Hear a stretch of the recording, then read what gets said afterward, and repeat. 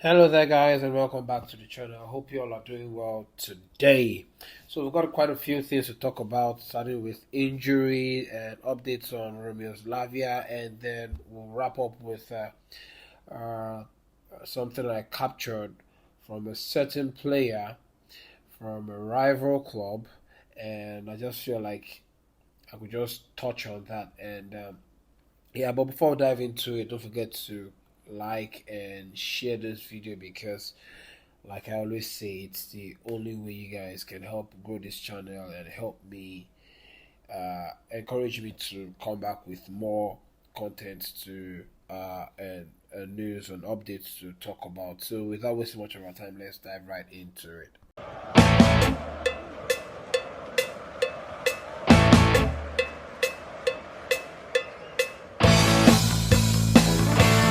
So let's start with Romeo Lavia's to Manchester United rumors. And this is what Lavia had to say. I don't read it because I just don't think about it. I just enjoy my football and focus on what we have to do as a club. Whatever is outside, it's not what I can control, so I don't pay attention to that. Football, with how it goes so fast. One moment you can be in the headlines, and the next you are not. So the only thing to do is just be neutral, don't think about it, and get your head down and work. And this is what I said in my previous video. I said that it's impossible for talk, talks like this not to for players not to hear about stuff like that. And I like what Lavia said. This is what you expect. This is what uh, is expected of uh, football players, because in the end, you can only control what's happening on the pitch. What you do is what you have control over. You cannot control what people think, and especially you cannot have control over things that fly about in the media and all that. I mean, those are things that that's what they that's literally their job. And for him to say he doesn't read it and he doesn't read meaning to it and all that, I like it. This is exactly the mentality that Chelsea fans want to see: a calm, focused, and not paying attention to unnecessary noise that you don't have any control over. So then we'll talk about Geovany Quenda.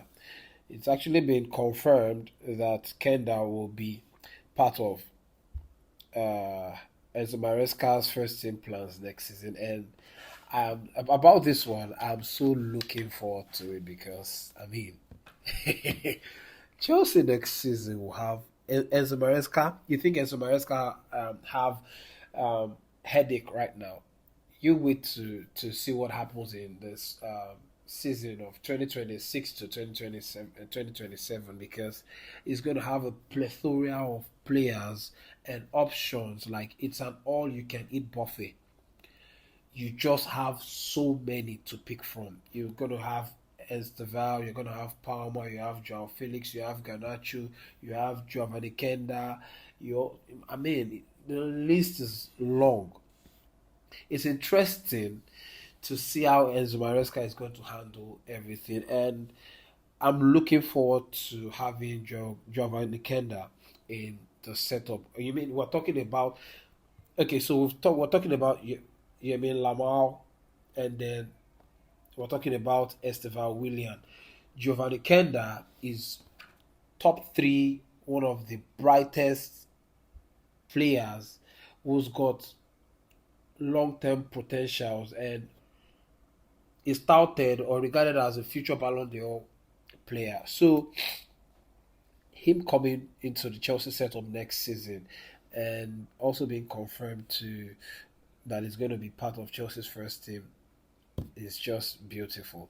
And then, according to Bobby Vincent, Ruben Amorim, the coach of Manchester United, who apparently gave Kenda his break in Sporting Lisbon, was eager to bring him to Manchester United. But Chelsea had secured a strong position with Kenda and his representative at the start of 2025. By mid-March, the Blues had hammered out an agreement with Sporting, believed to be worth around £40 million for Kenda to make the move to Stamford Bridge in the summer of 2026. And I just like the way. Okay, so uh, with regards to the recruitment strategy and all that, it's obvious that there's going to be hits and there's definitely also going to be miss. And do I like this strategy? Yes. Uh, can we do better with the misses that we have? I think we can. And that has to do with the way we just go into the market and just spend money without doing enough due diligence as to what target we are going for. So I'm glad in the end that Kenda is joining Chelsea in the summer of 2026, and it's it's beautiful. Then on Kenda, he has been working on improving his physical conditions by doing some muscle strengthening work as he prepares for his move to the Premier League. Kenda is constantly looking at ways he can improve, and he has often been analyzing his performances via video while also watching clips of players like Neymar, Lamine Yamal and Ronaldo. You see, the these are the kind of this is what I like, because with mentality like this, you can only say that the sky for players like this is the beginning, is a start for him. You need to. I've seen clips and I've watched him play in the Champions League and all that, and the kid is exceptional, Geovany Quenda. And I like that he's keeping his head down and just working and building on his game and trying to improve his game week in, week out. I mean, when players like this actually after games do some reflections and reflect on where they could do better and what they need to do to get to the next level, you can only expect that they will come out to be one of the best players to when they reach their peak. So yeah, that's all about Kenda. So let's talk about Rudiger. According to news outlets, the sources, this feature, yes, I don't know how to pronounce his name. So Chelsea are pushing to bring back Antonio Rudiger back to West London after falling out of favour at Real Madrid. They believe they could do with an older, experienced member of the squad to set good examples and provide leadership in times of struggle. A similar road to Thiago Silva when he joined Chelsea at the age of 35. If this is anything to go by, if there is an element of truth in it, okay, hold that thought. Okay, I'm also going to, uh, according to Florian Plettenberg, Real Madrid and Antonio Rudiger remains open to extending his expiring contract beyond 2026. Before the injury, there had already been concrete discussions about figures. Since the injury, talks have been on hold. Current plan first is comeback, then new negotiations. Saudi interest remains strong. A Premier League return is also an option for Rudiger, and this is according to Florian Plettenberg, Sky Sports Germany. Uh, I want to believe that Chelsea are in the mix, or is the Premier League team that is in the mix to bring back Rudiger. Imagine having Rudiger in this back line with either Fofana, Pierre Fofana, or Levi Cole and Rudiger. Imagine what upgrade it will be for Chelsea defensively, because it's just going to be just like what the report says, an experience and leadership and all that. Okay, Rudiger has that already, and he's going to be a big character in the dressing room, player who can mentor other defenders and I will be looking up to him and all that. And we know how impactful, how important Rudiger was when he was at Chelsea and all that. So having someone like Rudiger come back to this current setup is actually going to be a a, a, a, a a level above what we have right now. And if Chelsea can do this and get Rudiger back to Chelsea, boy oh boy, boy oh boy, it's just going to be beautiful. It's just going to be beautiful. Yeah. So then there's also reports that says that sources inside Cobham report that one of Chelsea's key board members, identity undisclosed, has been making unusually frequent visits to first team training sessions. According to insiders, the increased presence is directly linked to the emergence of Estevão Willian, whose performances in training have reportedly shocked senior figures at the club. The board member is said to be monitoring his progress closely as Chelsea view Estevão as a generational cornerstone for the club's long-term project. And I've run out of words to describe Estevão, and he's just 18. It's ridiculous that he's even rising to the hype that actually went ahead of him before his arrival to the Premier League. When we saw him in the Club World Cup, I was like, man, this boy is so fragile. Like, how is he going to cope with the defenders when he's up against them? But he has defied everything, and for both club and country, he's exceeding expectations. Everything that has been said as regards Estevão before his arrival, man has beaten everything, and it's just beautiful. There's also this is my own opinion, in his compared to other players that have joined Chelsea before now, attacking wise, Estevão's settling and adjustment to the Premier League has been quite faster and more settling than even the period, even during Hazard's time and every other player, and even many other Brazilians that played in the Premier League before Estevão. The kid is just super matured for his head, for his age. He's got a very, very calm, matured head on his shoulders. And whatever the parents of Estevão Willian have done so far to keep him grounded and focused on his career, please and please and please do not stop. Keep him in church for as long as you can. If he has to move away from playing the drum to actually preaching, let him preach. Whatever you need to do to keep him grounded and get him focused on in this career path, let it just do. Okay? Keep talking to him, keep praying for him, keep encouraging him. Where he needs scolding, you scold, just like Ancelotti said. Where he needs cuddle, you cuddle. Where he needs motivation, you just do not stop, because this kid is so good. He's good, and it's beautiful that we have him in Chelsea and not that we have to be against him. Our Chelsea's defenders have to be up against him.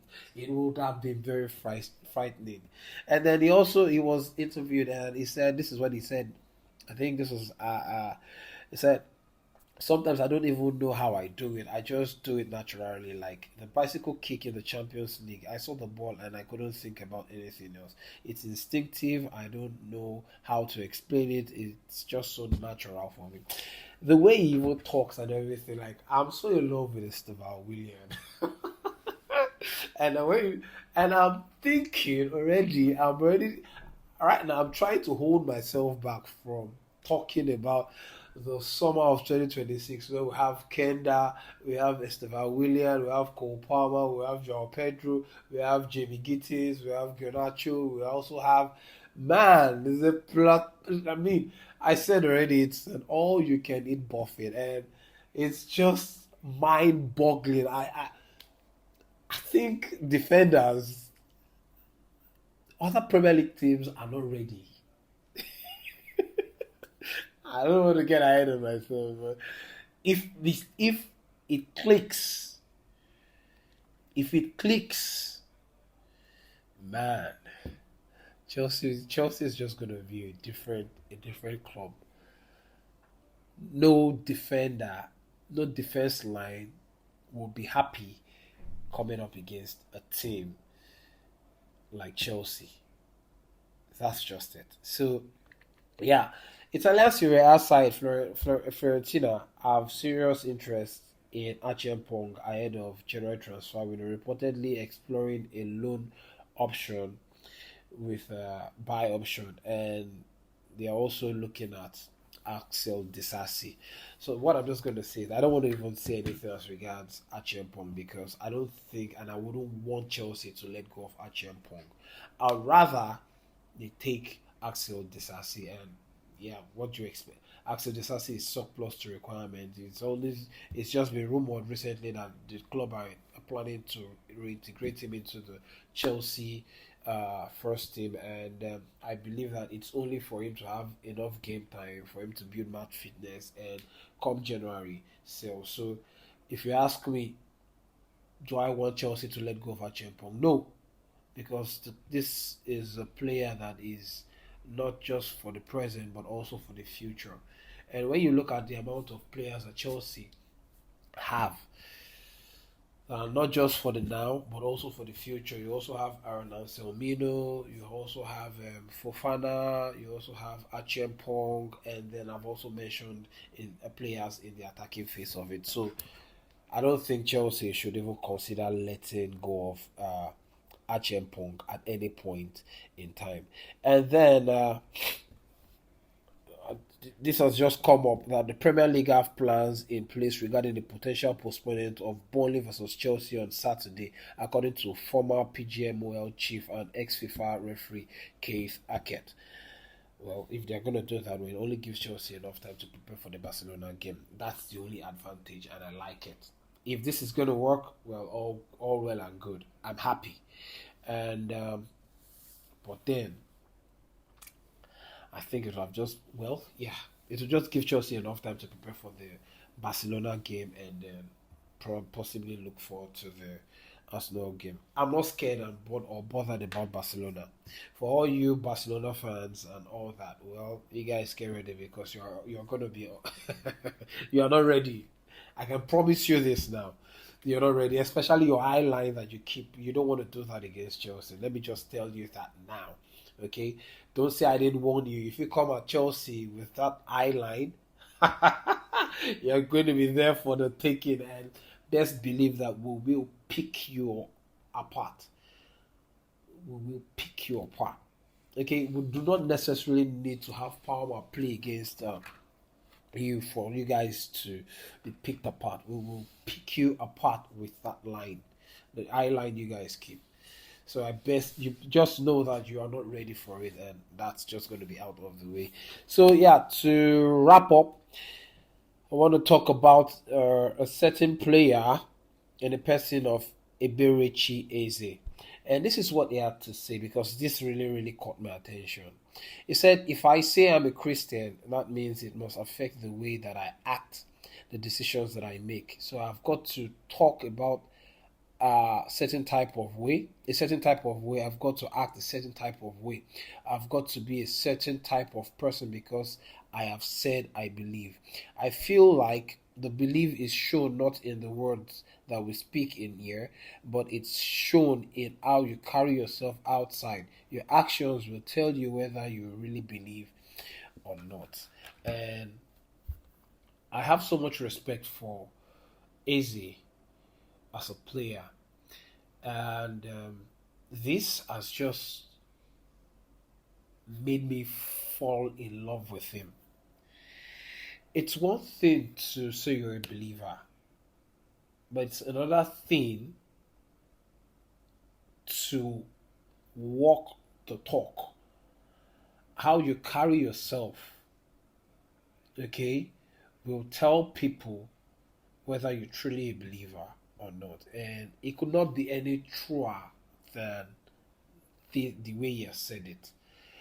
And credit to him for the way he has. When you see Eze play and the way he carries himself, even in the. I'm not an Arsenal fan, but I do watch a lot of Arsenal game. Even before he joined Arsenal, I've been following Eze, and I was one of those who I felt very, very sad when Chelsea didn't go for him. He looks like a very matured, responsible, and calm person. Is one of those guys who's driven by the wealth and money that they've accumulated and acquired as a result of playing for big clubs and all that. And this is just said as just increased the amount of the level of respect that I have for him as a person. So yeah, that's everything that I have for you guys. Let me know what you guys think as regards everything that I've said. Don't forget to like, comment, put your thoughts in the comment section below, and then turn on your notification bell, like I always say, so that you're notified first and when a video or content like this is uploaded. And yeah, and then don't forget to share this video, because like I said, it's the only way for you guys to help me grow this channel. I'll be here to give you guys my match prediction and lineup for the game against Burnley. That's if it's even going to come up. But if it's in, I'm still going to be here to give you guys updates as regards that. So yeah, don't forget to check out this space. Till we meet again, it's Chelsea first, rivals next. Peace.